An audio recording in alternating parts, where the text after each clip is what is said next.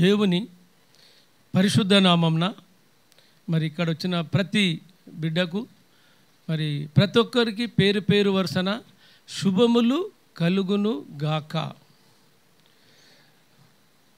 మరియు అందరికీ మీరు ఇంత కష్టపడి మరి యొక్క బైబిల్ యొక్క క్లాసు యొక్క చర్చు ఆవరణలో మీరు వచ్చి కూర్చున్న విధానాన్ని బట్టి మీకు మరి ప్రత్యేకంగా నా పర్సనల్గా మరి శుభములు తెలుపుకుంటూ మరి మనం ఈరోజు ఏదైతే మనము అంశం తీసుకోవాలనుకున్నామో, సబ్జెక్ట్ తీసుకోవాలనుకున్నామో, మరి ఆ అంశంలోకి మరి మనము వెళ్ళే ముందు ఒక చిన్న ప్రార్థనతోని మనము ఈ యొక్క కార్యక్రమం స్టార్ట్ చేయాలని ఆశపడుతున్నాను. దయచేసి మీరు అందరూ తలలు వంచుకుంటే చిన్న ప్రార్థనలోకి వెళ్ళిపోదాం. తలలు వంచుకుంటే ప్రార్థిద్దాం. పరలోకమందున్న ప్రేమ గల మా మంచి తండ్రి, మీకు వెళ్ళలేని వందనాలయ్యా. తండ్రి దేవా, మరి ఎంత గొప్ప దేవుడవు అంటే తండ్రి, మేము మాటలలో చెప్పలేము కానీ నాయన, నీ కృప ఆశీర్వాదాలు నాయన మాకు ఇప్పుడు ఎప్పుడు సదా ఎల్ల కాలమును ఉండుట వలనే నాయన, మీ చిత్తములు ఏది జరగదు తండ్రి. మరి మీ కృప ఆశీర్వాదాలు మా మీద కుమ్మరించి నాయన, మరి నేను చెప్పుచుండగా తండ్రి, నీ యొక్క నాయన జ్ఞానముతో నా మనసును నా హృదయమును నాయన మరి నింపి మరి నా నోటిని బూరగా వాడుకొని నాయన నేను పలికే ప్రతి మాట మీరు పలికించినది నాయన, మీరు చెప్పినది నాయన, మంచి జ్ఞానముతో మృదు మధురమైన తుంటితేని ధారలో వంటి నాయన మంచి మాటలతో నాయన బిడ్డలు సంతృప్తి పొంది మరి విని నాయన మరి దాన్ని ఆనందించే విధంగా నా యొక్క నాయన మాటలు నాయన మీరు పలికించగలని మరి ఈ చిన్న కొద్ది విన్నపములు యేసు క్రీస్తు పరిశుద్ధ నామమున బ్రతిమిలాడి ప్రార్థించి వేడుకుంటున్నాం మా పరమ తండ్రి, ఆమేన్. ఓకే, మీరందరూ దయచేసి మరి ఈ యొక్క మెసేజ్ ఇచ్చుచున్న సమయంలో మీరంతా మరి మీ యొక్క టోటల్గా టాప్ టు బాటమ్ అంటే అరికాలు మొదలుకొని నడినెత్తి వరకు మీ సర్వ అవయవములన్నింటినీ అదుపులో పెట్టుకొని మీరు ఈ యొక్క చెప్పే వాక్యాన్ని మరి శ్రద్ధగా విని దీన్ని జీర్ణించుకొని మరి దీని యొక్క ప్రతిఫలం పొందాలని మిమ్మల్ని అందరినీ కోరుకుంటూ ఆశపడుతున్నాను. దయచేసి చెప్పే ఒక వాక్యంను గ్రహించాలని మరొకసారి మీకు సవినయముగా చెప్పుకుంటూ మరి వాక్యంలోకి వెళ్దాం. ఈరోజు నేను చెప్పబోయే అంశం ఏది అనగా, సబ్జెక్టు ఏదనగా, మరి తీసుకునే టాపిక్ ఏదనగా, The Bible is a manual for life. అంటే తెలుగులో బైబిల్ అనే పరిశుద్ధ గ్రంథము మానవ జీవితానికి ఒక మార్గదర్శిని.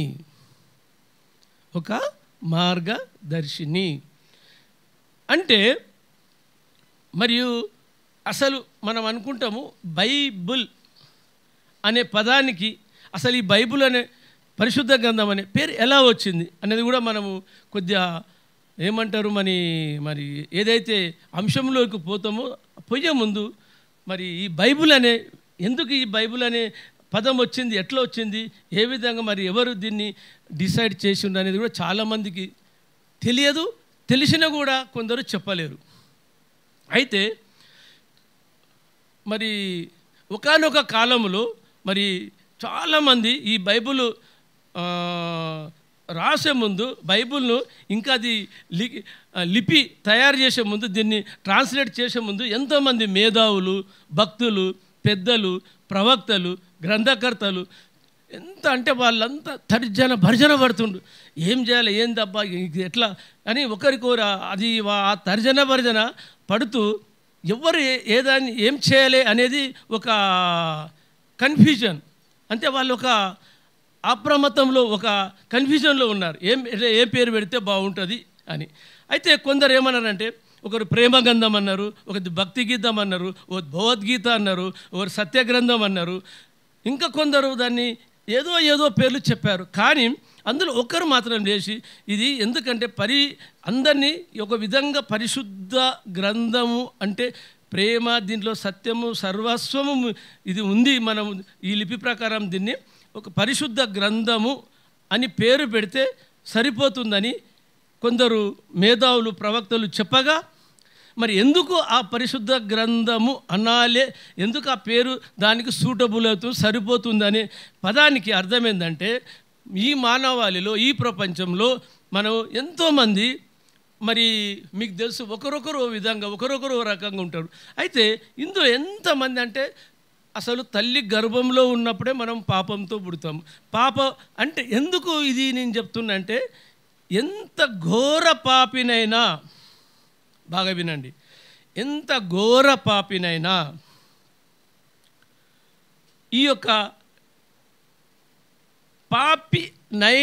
పాపి అయి ఉండి పాపము చేసిన కూడా అంత ఘోర పాపి అయిన అతడు తన హృదయపూర్వకంగా, మనస్ఫూర్తిగా, పూర్ణ ఆత్మతో, పూర్ణ మనసుతో, పూర్ణ బలంతో, పూర్ణ జ్ఞానంతో ఎప్పుడైతే ఈ బైబిల్ను మరి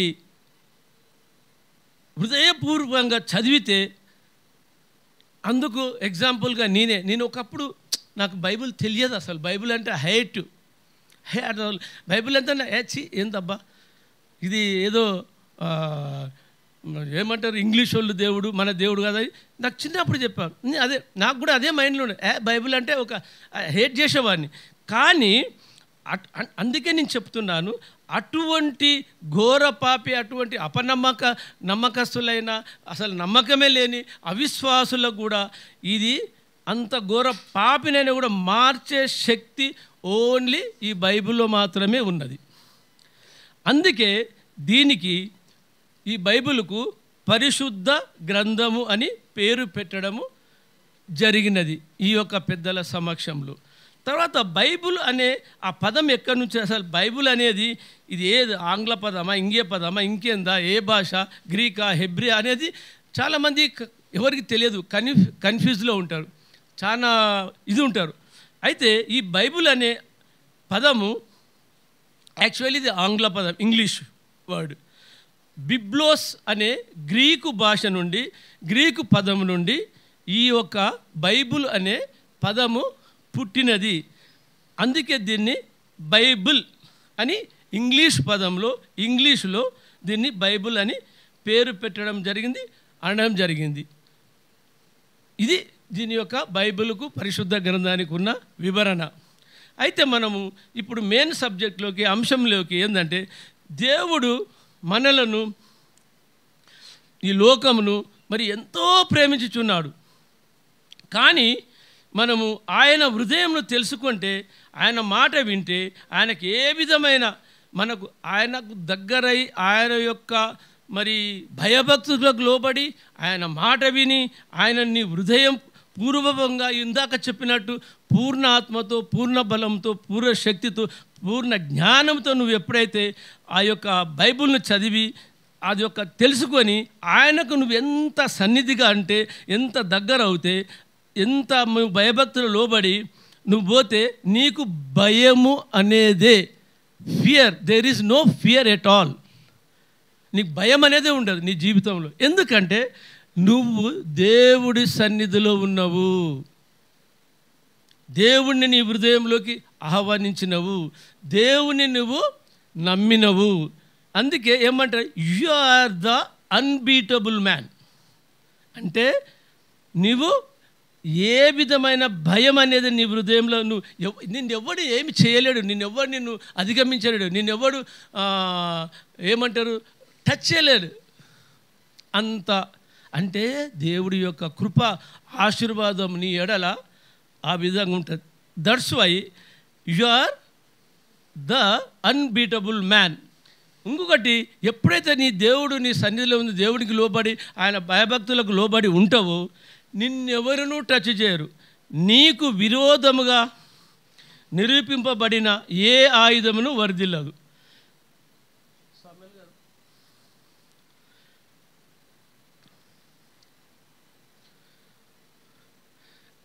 ఏషియా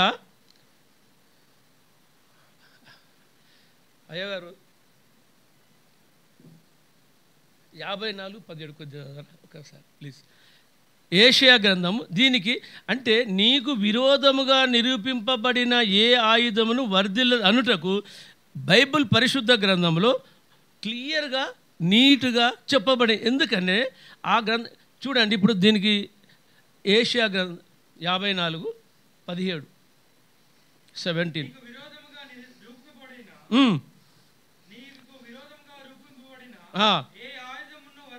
వర్ధిల్లదు.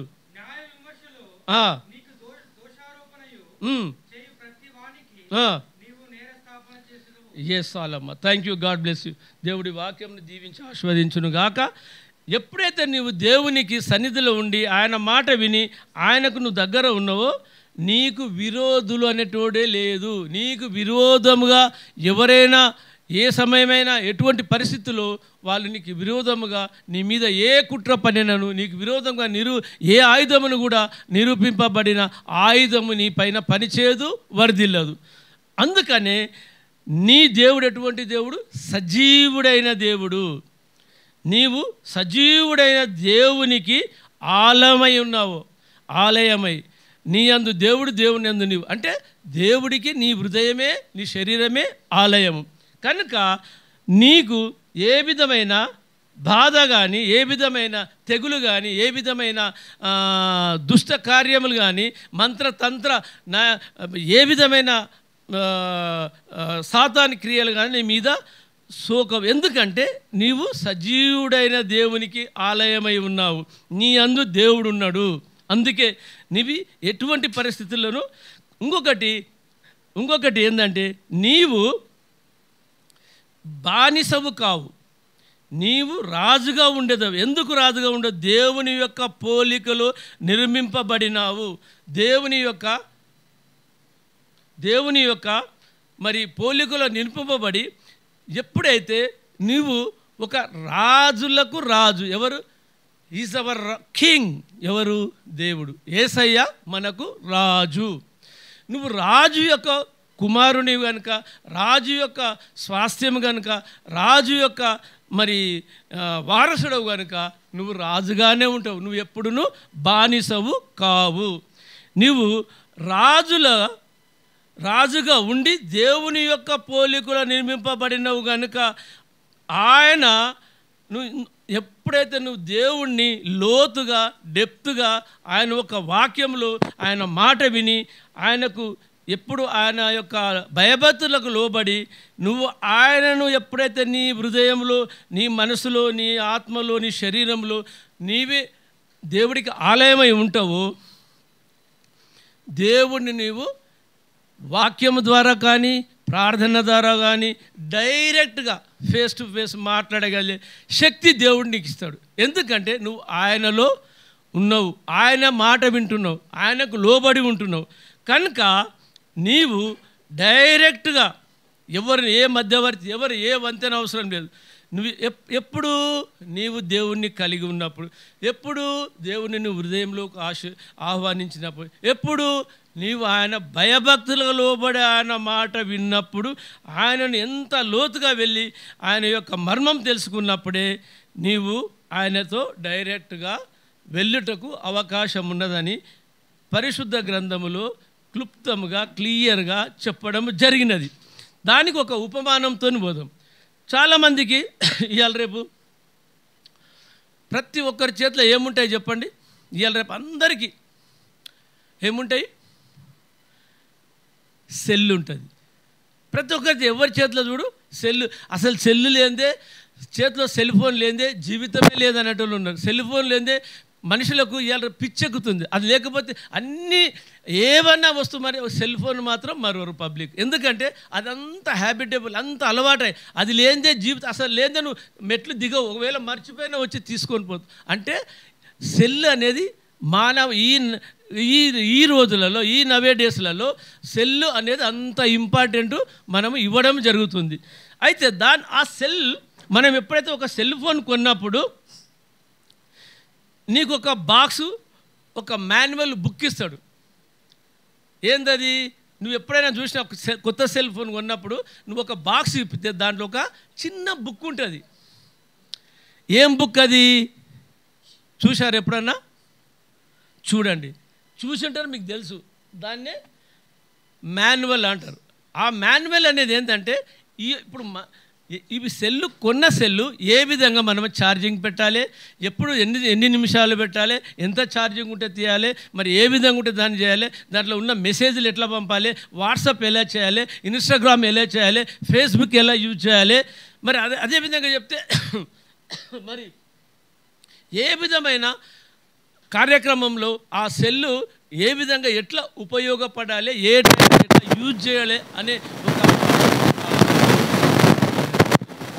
ఒక పని కోసము, ఒక క్రియ కోసము నీకు ఆ యొక్క బుక్కును నీకు ఒక గైడ్ లైన్, ఒక దిక్సూచిలాగా దాన్ని ఆ సెల్లు కోసం ఆ బుక్ని ఏ విధంగా అయితే ఆ సెల్ కోసము ఆ మాన్యువల్ బుక్ ఇస్తాడో దానిలో సెల్లుని ఎలా వాడాలని ఏ విధంగా అయితే మనం తెలుసుకుంటామో చదివి, అలాగే బాగా వినండి, అలాగే దేవుడు కూడా మానవుడు జీవితంలో ఎలా బ్రతకాలి, ఎలా నడవాలి, ఎలా ఉండాలి, ఎలా ప్రవర్తించాలి, ఎలా క్రమశిక్షణలో ఉండాలి, ఏ విధంగా ఎవరితో ఎప్పుడు ఎలా సంభాషించాలి, అన్ని A to Z మొత్తం ఆ యొక్క ప్రతి విషయాన్ని దాంట్లో బైబుల్ అనే ఆ పరిశుద్ధ గ్రంథంలో వ్రాయబడి ఉన్నది.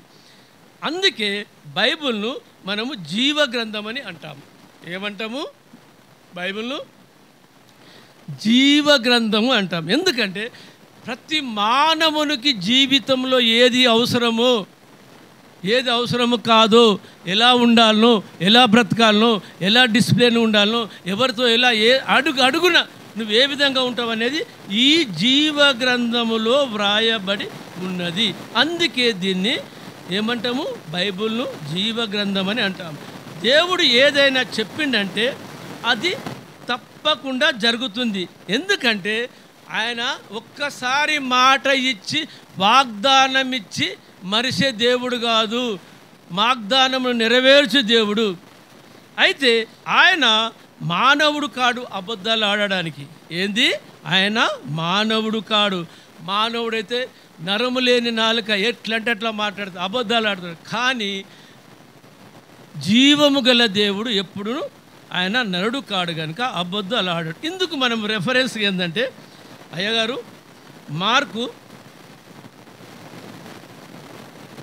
13:31 మార్క్స్ వార్త 13 verses 31 13 verses 31 మార్క్. దయచేసి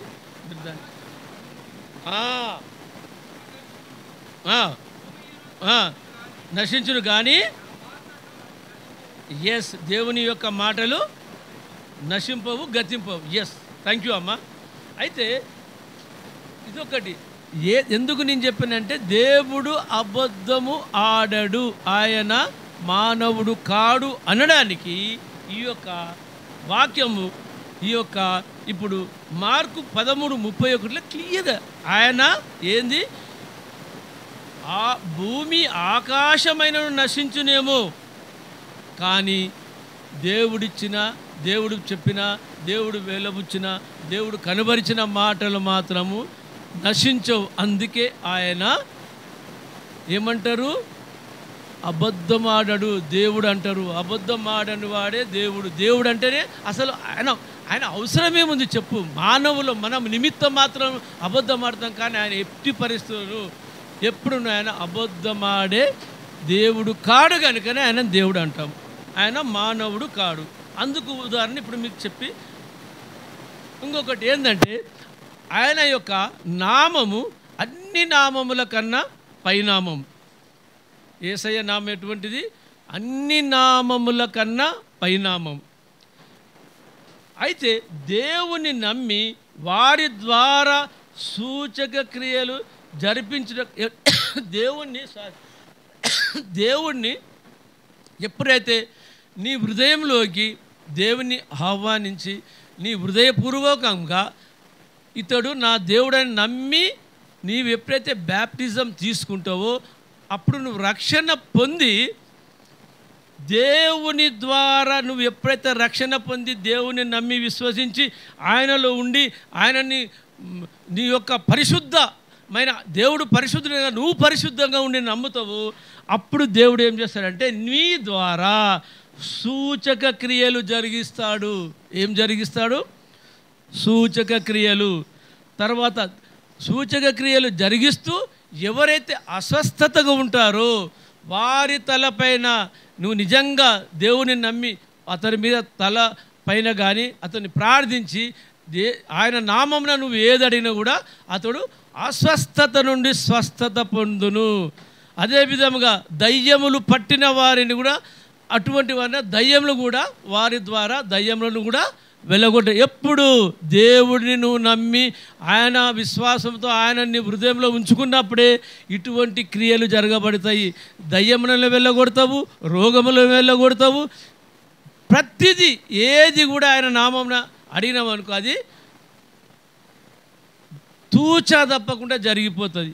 అందుకే ఆయన ఏమంటాడు, అందుచేతనే స్వస్థత క్రియలు చేయించుచు మరి దయ్యములు వెలగొట్టు. మరి దేవుణ్ణి నమ్మిన ప్రతివాడును, ఎప్పుడైతే దేవుణ్ణి నువ్వు నమ్ముతావో ప్రతివాడును ఆయన నిత్య జీవము పొందును. దేవుణ్ణి నమ్మినవాడు నిత్య జీవము పొందును. అందుకు మనం సామాన్యంగా చూస్తాం. అయ్యగారు ఇంతమూలు చదివింది ఒకటి యోహాను 3:16 ఒకసారి ఆల్రెడీ చదివింది. దీనికి ఇక్కడ లింక్ ఉంది కనుక వీళ్ళకు ఈ యొక్క చదివితే కానీ వాళ్ళకి ఏందనేది దేవుడు అనేది అర్థమవుతుంది. ఎందుకు మనల్ని దేవుడు ఇంత ప్రేమిస్తుండు, లోకాన్ని ప్రేమిస్తుండు, మనల్ని ప్రేమిస్తుండు అనేది తెలుపుటకు ఈ యొక్క రెఫరెన్స్ యోహాను 3:16. ఎస్ కాగా ఎస్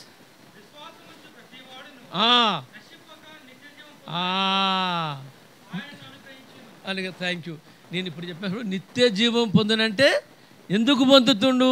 యోహాను 3:16లో ఆయన నిత్య జీవం పొందుడు అన్నట్టు. అంటే ఇప్పుడు దేవుడు ఈ 3:16లో యోహాను 3:16లో క్లియర్గా నీకు పరిశుద్ధ గ్రంథంలో తెలుపబడినది. అందుకే నువ్వేం చేస్తావు? దేవుడును నీవు ఎప్పుడైతే అతను నమ్ముతావో నువ్వు నిత్య జీవమును పొందగలవు. నిత్య జీవను పొందుటకు ఇదే ఆయన వివరించడం జరిగింది. దేవుని నమ్మిన ప్రతివాడును ఎవరైనా కానీ అతన్ని నమ్మాలి, ఆయన భయభక్తులు లోబడాలి, ఆయన చెప్పినట్టు వినాలి, ఆయన ఏమి చేయడు. అటువంటి అప్పుడే నీకు నీ జీవితంలో నిత్య జీవం పొందుతావు. అదేవిధంగా అయ్యగారు ఒకటి మరి దీన్ని చెప్పుకుంటే దేవుడు ఏం చేస్తాడంటే కొందరు అంటారు, అయ్యో దేవుడు పాపుల దగ్గరికే వెళ్తాడు, మమ్మల్ని ఎందుకు చూడాడు, మేము ఇంత భయభక్తులు ఉన్నాం, ఇంత చక్కగా ఉన్నాం, ఇంత బైబిల్ చదువుతున్నాము, ఇది చేస్తున్నాం, అది దేవుడు ఎందుకు వెళ్తాడంటే దానికి ఒక రీజన్ ఉంటుంది. ఒక దేవుడు ప్రణాళిక అలాగుంటుంది. ఆయన ఆలోచనలు వేరు, మన తలంతులు వేరు, ఆయన తలంతులు వేరు. ఇక్కడ ఒకటి పొట్టి జక్కయ్య గురించి తెలుసుకుందాం. అయ్యగారు మీది లూకా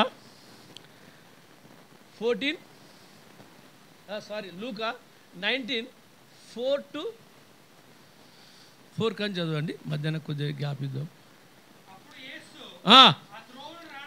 రానై ఉండనుగా ముందుగా ఎస్ చూచి దిగుము ఎస్ చెప్పగా దిగి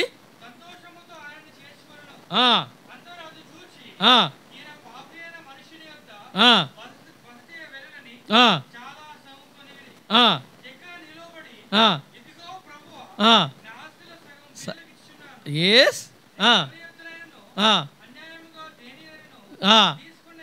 ఎంతలు ఇస్తాడు? ఎస్ చాలమ్మ చాలమ్మ చాలు. ఎస్ అది జక్కయ్య స్టోరీ. అయితే ఎప్పుడైతే దేవుడు ఆ యొక్క మార్గంలో వచ్చుచున్నాడో అది చూసి గ్రహించి ఈ జక్కయ్య పొట్టోడు, నాలాక పొట్టోడు. అయితే ఈ పొట్టోడు ఏంటంటే అక్కడ ఉన్న మనుషుల మధ్యన అటు ఇటు తిరిగితే అరే ఎవరు వస్తుండే ఏందని అంత తర్జన భర్జన ఒకరు తొక్కిసలాడవుతుంది. అబ్బా ఏందబ్బా ఎవరంటే ఏంది అడిగితే ఇట్లా ఓ ఎస్ అని ఏం చేసిండు, అరే ఎట్లయినా దేవుడు ఈ నుంచి ఈ రూట్ ప్లాన్ ఇలా వస్తారని చెప్పి ఆ యొక్క మందిని అందరిని తప్పించుకొని ఏదైతే చెట్టు ప్రక్క పొట్టు వస్తాడో ఆ పక్కన ఒక మేడి చెట్టు ఉంటే ఆ మేడి చెట్టు ఎక్కి తాను కూర్చుంటాడు. ఎక్కడ కూర్చుంటారు? ఎవరు కూర్చుంటారు? మేడి చెట్టు మీద జక్కయ్య కూర్చుంటాడు. ఎందుకు కూర్చుంటాడు? అటు నుంచి వచ్చే ఎవరి దేవుడు ఎంత చెప్తున్నా, ఇంత నోళ్ళల్లో ఇంతమంది తొక్కిసలు, ఇంత గుంపులు గుంపులు తండోపతండములుగా వెలుచున్నారు, ఏంది ఇది చూద్దామని చెట్టు ఎక్కుతాడు. ఎప్పుడైతే దేవుడు అలా అలా అలా మెల్ల ఆ త్రోవ మడుస్తుంటే జక్కయ్యా ఏమని పిలుస్తాడు? ఎంత అదృష్టము, ఎంత ఎవరిని పిలవాలి? పేరు పెట్టి దేవుడు పిలుస్తాడంటే మరి ఆయన సుంకరుడు, ట్యాక్స్ వసూలు చేసే పరమ పాపి, ఘోర పాపి. ఎవరు? జక్కయ్య. ఎవరు? జక్కయ్య. అటువంటి పాపిని పేరు పెట్టి పిలిచి ఏమంటున్నాడు? త్వరగా దిగుము, ఈరోజు హల్లెలూయా, నీ ఇంట నేను ఉండవలసి వస్తుంది, నీ ఇంట్లో నేను ఈరోజు బస చేస్తా అంటే ఉంటా, నీ ఇంట్లో నాకు ఆశ్రయం ఇయ్యి అని దేవుడు ఎవరిని అడుగుతాడు? జక్కయ్యని అడుగుతాడు. అబ్బా, అప్పుడు జక్కయ్య హాలత్ ఎలా ఉంటుంది? ఆయనకి ఎంత ఆనందము! ఏందబ్బా ఈ దేవుడు నా పేరు పెట్టి నన్ను పిలిచి నా ఇంట్లో ఆతిథ్యం ఇవ్వమని అడుగుతున్నాడు. దేవ అబ్బా, అయ్యా తండ్రి. అసలు అక్కడికే జక్కయ్య సగం ఏమైపోతాడంటే తనను తాను మర్చిపోతాడు. ఆనందం పట్టలేక ఆ యొక్క దేవుడి పిలుపుకు హల్లెలూయా జీసస్ థ్యాంక్ యూ మాస్టర్. అయితే ఆ విధంగా అతడు తనను తాను ఒళ్ళు మర్చిపోయి అతడు ఏడ ఉన్నాడు, అసలు గాలిలో తేలాడుతుండు. ఎందుకంటే అంత గొప్ప దేవుడు. జక్కయ్యా రా, కిందికి దిగు, నీ ఇంట్లో నేను ఈ రాత్రి ఉండవలసి వస్తుంది, నేను బస చేస్తాను, నీ ఇంట్లో నీకు ఏమని అంటాడు? ఆతిథ్యం కావాలంటాడు. అబ్బా, ఇంకా చూడు. అప్పుడు ఆ జక్కయ్య ఏం చేస్తాడంటే ఆ యొక్క దీనికి వెళ్ళి, అయితే ఆ యొక్క రాత్రి అతడు ఏం చేస్తాడంటే ఎవరెవరితోనైతే ఈయన ట్యాక్స్ కలెక్టర్, పన్నులు వసూలు చేస్తాడు. ఈ యొక్క సుంకం ఎవరెవరితోనైతే వసూలు చేసిండ్రో వాళ్ళందరికీ తిరిగి ఇచ్చేస్తాడు. ఎవరితోనైతే తాను అనుకున్న దానికంటే రెట్టింపుగా వసూలు చేసిండో వారికి 4 ఇస్తానని దేవుడి ఎదుట ఒప్పుకోవడం జరిగింది. అప్పుడు ఆ యొక్క క్రియను, ఆ యొక్క జక్కయ్య చేసే పనులను చూసి దేవుడు కూడా ఆనందిస్తాడు. జక్కయ్య, ఇప్పుడు నీ ఇంటికి ఏమంటాడు? రక్షణ వచ్చింది, నీవు కూడా దావీదు కుమారుడవే, నీ ఇంటికి రక్షణ వచ్చిందని ఆ యొక్క పొట్టి జక్కయ్యను మన ప్రభు అయిన యేసువారు మెచ్చుకోవడం జరిగి ఆయనకు ఆ విధమైన, అదేవిధంగా ప్రియ జనులారా, ప్రియ సంగమ, మీరు కూడా జక్కయ్యలాగా ఎవరైతే మంచి హృదయం కలిగి ఆ విధమైన మరి జక్కయ్యను పోలి ఉంటే ఈ సమయంలో ఇప్పుడే మీ ఇంటికి కూడా దేవుడు వచ్చి నాకు ఆశ్రయమేనని డోరు కొట్టి మిమ్మల్ని ఆశ్రయం అడుగుతాడు. కనుక మీరు జక్కయ్యను పోలి ఉండాలి. మరి ఆ యొక్క మూమెంట్ను, ఆ యొక్క సిచ్యువేషన్ను మీరు కూడా దయచేసి మనస్ఫూర్తిగా హృదయపూర్వకంగా చదివి మరి ఆ విధంగా నడుచుకుంటూ మీరు ప్రయత్నిస్తారని ఆశపడుతూ, మరి అదేవిధంగా అయ్యగారు ఇది రోమియో 5:19 ఎలాగనగా ఒకని చేయబడితురో అలాగే ఏత వలన చేయబడదు. ఇక్కడ బాగా వినండి అమ్మ, అర్థం చేసుకోండి. ఏలయనగా ఒకని విధేయత అవిధేయత, బాగా అర్థం చేసుకోండి. ఒకని విధేయతకు అవిధేయతకు తేడా ఉంది. ఏందనేది చెప్తాను నీకు ఇప్పుడే, కొద్దిగా దయచేసి బాగా మనసు. ఒకని అవిధేయత అంటే మీకు గుర్తు అయిపోయింది. అయితే మీకు గుర్తొచ్చిండొచ్చు, ఏదేమో తోటలో కదా ఆదాము అవ్వ ఉంటారు. ఎప్పుడైతే ఈ ఆదాము వలన అవిధేయత వస్తుంది, ఆ అవిధేయత దానికి ఉదాహరణ ఎవడు? ఆదాము చేసిన పాపముకు ఆ అవిధేయత వలన అనేకులు పాపులుగా చేయబడిరి. అలాగే ఒకని విధేయత, ఎవరు ఒకని విధేయత? యేసయ్య. యేసయ్య యొక్క విధేయత వలన అనేకులు నీతిమంతులుగా చేయబడేది.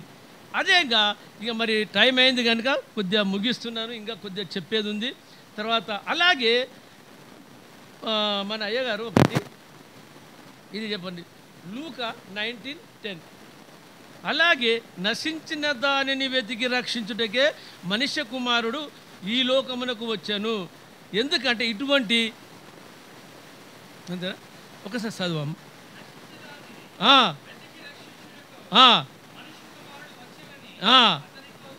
చెప్పాను. అయితే ఎందుకంటే ఇటువంటి పాపక్రియలు, ఇటువంటి అవిధేయత, విధేయత అని ఇప్పుడు మీకు చెప్పినా కదా, ఒక అవిధేయత వలన అనేకులు పాపులు అయిపోయిన అటువంటి పాపులను, అటువంటి క్రియకు, అటువంటి సిచ్యువేషన్లో ఆ పాపముకు లోబడి అనేకులు పాపులైరు కనుక అటువంటి వారిని వెతకి రక్షించుటక్కడే మనకు ఈ యొక్క లోకమునకు దైవ కుమారుడు మనుష్య రూపంలో, మానవుని రూపంలో దానిని ఒక మనుష్య కుమారుడిగా ఈ లోకమునకు వచ్చాను. కావున ధర్మశాస్త్రము పాటించని అయితే ఈ యొక్క ప్రతి మనిషి ధర్మాన్ని, అధర్మాన్ని, విధేయత, అవిధేయత అని ఉంటాయి. అయితే ఎవడును ఈ లోకంలో ధర్మశాస్త్రమును, ధర్మాన్ని పాటించరు. ఎందుకంటే అది అంత ఈజీ కాదు, అంత అనుకున్నంత సులభం, అంత అనుకున్నంత ఇది కాదు. కనుక ఆ విధంగా ఈ ధర్మశాస్త్రమును పాటించనిచో ప్రతివాడును విఫలమైండు. ఎవరును దాన్ని పాటించలేవు, ఎవరు దాన్ని నడిపించలేవు. ఎవరు అరే ఈ విధంగా ధర్మశాస్త్రం చెప్తుందన్న ఆ నడవడిక, ఆ ప్రవర్తన, ఆ యొక్క క్రియలు ఎవరునూ చేయలేకపోయారు.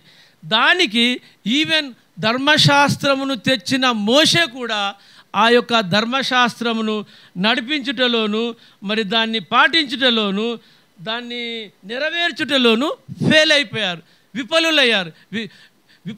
అందుకు దావీదు కానీ, మరి అదేవిధంగా మోషే కానీ వాళ్ళ తరం కాలేకపోయింది.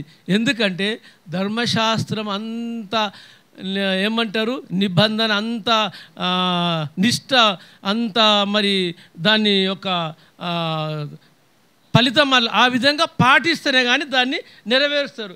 కనుక ఈ యొక్క ధర్మశాస్త్రమును ఒకే ఒకడు నడిపించాడు, ఒకే ఒకరు దాన్ని సక్సెస్ చేసిండు, సఫలుడైనాడు, నడిపించినాడు, జయించినాడు, పాటించినాడు, నెరవేర్చినాడు. అంటే కేవలం మన యేసు ప్రభువు మాత్రమే, మన దేవుడు మాత్రమే. హల్లెలూయా. యేసు యేసు యేసు యేసు తప్ప మరెవడును ఈ ప్రపంచంలో, ఈ మానవాళిలో, ఈ యొక్క జగత్తులో యేసయ్య తప్ప ఎవడను ధర్మశాస్త్రమును పాటించలేదు, జయించలేదు, నడిపించలేదు, నెరవేర్చలేదు. అది అయితే ఇక్కడ ఇంకొకటి మీకు, మనము ఎప్పుడైతే ఈ యొక్క దేవుడి క్రియలను, దేవుని యొక్క మర్మమును తెలుసుకొని ఆయనకు లోబడి ఆయన నమ్మిన వానికి సమస్తము సాధ్యమంటాడు. మన అయ్యగారు, సామెలయ్య గారు, మార్కు 9:23 ఒకటే అయిపోయింది, లాస్ట్. మార్కు 9:23 ఇది చదివితే అయిపోయింది, మనం ప్రేయర్ చేసుకుందాం. మార్కు, అందుకు యేసు నమ్మిన నీ వలనైతే నమ్మువానికి సమస్తము సాధ్యమే చెప్పాను. Yes, thank you.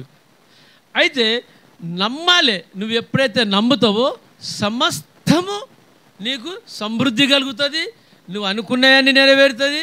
నువ్వు ఏదైతే నువ్వు దేవుని ఎడల ఆశపడుతున్నావో, ప్రార్థిస్తున్నావో, వేడుకుంటున్నావో, కోరుచుంటున్నావో, కావాలనుకుంటున్నావో సమస్తము నువ్వు అనుకున్న దానికంటే సమృద్ధిగా పొంది నీకు సమస్తం సాధ్యమైతూ సమృద్ధిగా నీ యొక్క ప్రార్థన విని నువ్వు ఆయనకు తగినట్టుగా నమ్మినబంటుగా ఉంటే, నీ హృదయంలో నిజంగా యేసయ్య ఉంటే, నీకు ఆకాశపు వాకిళ్ళు విప్పి నువ్వు పట్టజాలనంత ఆశీర్వాదములు నీ మీద యేసయ్య కుమ్మరించును గాక. కనుక మీరు అందరూ ఏం చేయాలంటే నమ్మాలి. నమ్మిన వానికే సమస్తం సాధ్యమని దేవుడు క్లియర్గా ఈ యొక్క బైబిల్ పరిశుద్ధ గ్రంథంలో చెప్పడం జరుగుతుంది. ఈ యొక్క మనము ఇంత చెప్తున్నామంటే కేవలము బైబిల్ పరిశుద్ధ గ్రంథమును బట్టి. ఈ బైబిల్ పరిశుద్ధ గ్రంథంలో ఇంత మహత్యం ఇప్పుడు మీరంతా విన్నారు కదా, ఇది ఉందంటే ఇది మానవ జీవితానికి ఒక దిక్చూచి లాంటిది. ఎందుకంటే సముద్రంలో ఒక నావికుడు ప్రయాణం చేస్తుందంటే వానికి ఏమి తెలియదు, ఎటు చూసినా నీరే నీరు, ఎట్టలేలే ఏం చేయాలో తెలియదు. దేని ఆధారంగా పోతాడు? ఏం డ్రైవర్ ఈ రోడ్డు కనిపి నో నథింగ్ డూయింగ్, ఓన్లీ దిక్చూచి. ఆ దిక్చూచిని పట్టుకొని నేను తూర్పు వెళ్ళాలన్నా, పరమడ వెళ్ళినా, ఈస్టా, నార్తా, వెస్టా, సౌత్ అనేది ఆ రూటును ఆ దిక్చూచి ఆ నావినికి తెలియజేస్తుంది. అదేవిధంగా ఒక సైనికుడు యుద్ధం పోవాలంటే ఆయన చేతులు ఏముండాలి? కత్తి, డాలు ఉండాలి. అప్పుడే కానీ ఈజ్ ద సోల్జర్, లేకపోతే అవుట్, నథింగ్ డూయింగ్. ఆ విధంగానే ఈ యొక్క బైబిల్ అనే పరిశుద్ధ గ్రంథము ఎప్పుడైతే నీ దగ్గర ఉంటుందో, నీవు నీ జీవితానికి ఇది ఒక జీవగ్రంథముతో అనుటతో పాటు ఇది ఒక నీకు ఒక సముద్రములో ఒక నావినికి ఏ విధంగా దిక్చూచిగా ఉంటుందో, ఈ యొక్క బైబిల్ గ్రంథం కూడా నీ జీవితానికి దిక్చూచిగా ఒక జీవిత మళ్ళా ఏమంటారు, ఒక మార్గదర్శినిగా నీకు ఇది నీ జీవితానికి ఉపయోగపడుతుంది. కనుక దేవుని నమ్మినవాడు ప్రతివాడును ఈ యొక్క బైబిల్ను పాటించి ఆయనకు లోబడితే ప్రతి ఒక్కరు కూడా దేవుడి చేత దీవింపబడతారు, ఆశీర్వాదింపబడతారు. కనుక మీరందరూ దయచేసి మీ అందరికీ చివరగా చెప్పడం ఏమంటే, ప్రతి ఒక్కరూ ఏదైతే ఈ యొక్క బైబిల్ గురించి విన్నారో, ఇంకా ఇది పార్ట్ 1, ఇంకా పార్ట్ 2 తర్వాత నేను చెప్తాను. మీరు ఈ యొక్క విన్న పార్ట్ 1 మాత్రము శ్రద్ధతో గ్రహించి, జీర్ణించి, నెమరు వేసుకొని దీన్ని లోబడి మీ జీవితాల్లో దీన్ని అలవర్చుకుంటే మీకు సర్వము సాధ్యమవుతుంది. సమృద్ధిని పొంది మీరును, మీ కుటుంబాలు, మీ పిల్లలు, చిన్న పెద్ద పేరు వరుసన ప్రతి ఒక్కరు కూడా దీవించబడతారని మీ అందరి మనవి చేస్తూ ఈ యొక్క సందేశం నేను ముగిస్తున్నాను. ఒక చిన్న ప్రార్థనతో క్లోజ్ చేసేద్దాం. పరిశుద్ధుడ ప్రేమ గల మా మంచి పరలోకపు తండ్రి, నాయన దేవా యేసయ్య, మరియు తండ్రి నీవు కేవలం నాయన ఒక మాటతోనే భూమి ఆకాశంను సృజించిన దేవుడు నాయన, సృష్టికర్తవు నాయన. నీకు సాధ్యమే తప్ప అసాధ్యం అంటూ నీకు జీవితంలో నాయన ఎక్కడనూ ఏది లేదు తండ్రి. మీకెప్పుడైతే ఆయన అసాధ్యం, మాకు కూడా సాధ్యమే తండ్రి. మీకు సాధ్యమంటే మాకు సాధ్యం తండ్రి. మీకు దేవుడికి అంతా సాధ్యమే, అసాధ్యం అంటూ లేదు. మా జీవితాల్లో కూడా నాయన మాకు కూడా సర్వం సాధ్యమే. ఎప్పుడు నాయన నీకు లోబడి ఈ యొక్క నాయన మరి బైబిల్ పరిశుద్ధ గ్రంథంలో చెప్పబడిన ప్రతి మాటని విని జీర్ణించుకొని దాన్ని ధ్యానించి నెమరు వేసి నీరు కట్టి ఫలించినప్పుడే నాయన మేమందరము ఫలిస్తాము. మరి మాకంత సాధ్యమే నాయన.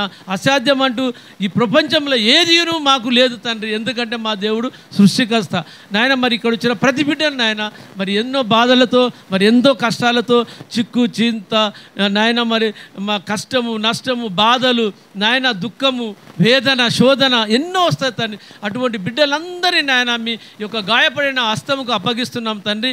ఆ బిడ్డలను దీవించి ఆశీర్వదించి నిండుగా మెండుగా సంపూర్ణమైన ఆయురాగ్యాలు నాయన మరి ఆ బిడ్డలను దీవించి ఆశీర్వదించి వాళ్ళు వెలుచుండగా నీ తోడు నీడ మరి నీ దూతల కాపలు పెట్టి వాళ్ళ గమ్యస్థానాలు చేర్చి వాళ్ళు నాయన మరి నీ చిత్తమైతే మరొకసారి నాయన ఈ ఆలయాన్ని నాయన మరి దర్శించి వారు మళ్ళా నీ యొక్క జీవగ్రంథమును నాయన విని సంతోషించి ఆనందించుటకు ఆ బిడ్డలకు మంచి బలము, శక్తినిచ్చి మరి అదేవిధంగా నాయన నీ యొక్క నాయన వాక్యంను నాయన ఈ చెవిని వదలకుండా వాళ్ళను నాయన ఆ వాక్యానుసారం నడుచుటకు ఆ బిడ్డలకు మంచి ప్రేరేపణ కలిగించి జీవించి ఆస్వాదించి నీ కృపలో నడిపించమని ఈ కొద్ది విన్నపముల శ్రేష్టమైన యేసు పరిశుద్ధ నామమున బ్రతిమిలాడి ప్రార్థించి వేడుకొనుచున్నాం మా పరమ తండ్రి.